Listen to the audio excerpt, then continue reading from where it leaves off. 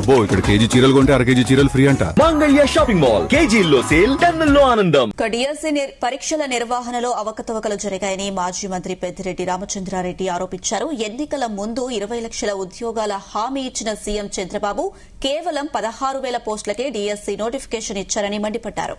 దాదాపు 3 లక్షల మంది పరీక్ష రాసిన నిర్వహణ లోపాలు చోటు చేసుకున్నాయని, స్పోర్ట్స్ కోటా పేరుతో తమకు అనుకూలమైన వారికి ఉద్యోగాలు ఇచ్చారని ఆరోపించారు.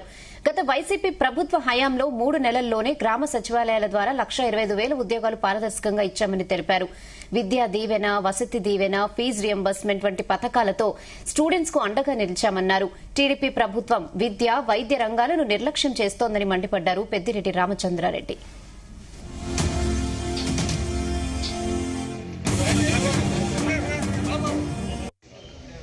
ఎన్నికల ముందు 20 లక్షల ఉద్యోగాలని చెప్పి మెగా డిఎస్సి కూడా పెడతారని చెప్పి ఎన్నికల ప్రామిస్ చేయడం జరిగింది.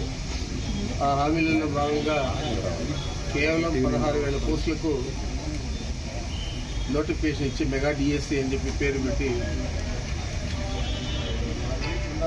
ఈ పరీక్షలు నిర్వహించారు. ఈ 16,000 పోస్టులకు 3 లక్షల మంది పరీక్షలు రాస్తే ఇది ఒకసారి లీక్ అయిందని చెప్పి మళ్ళా రెండోసారి దాన్ని వాపసు తీసుకొని మళ్ళా రెండోసారి పబ్లిష్ చేయడం.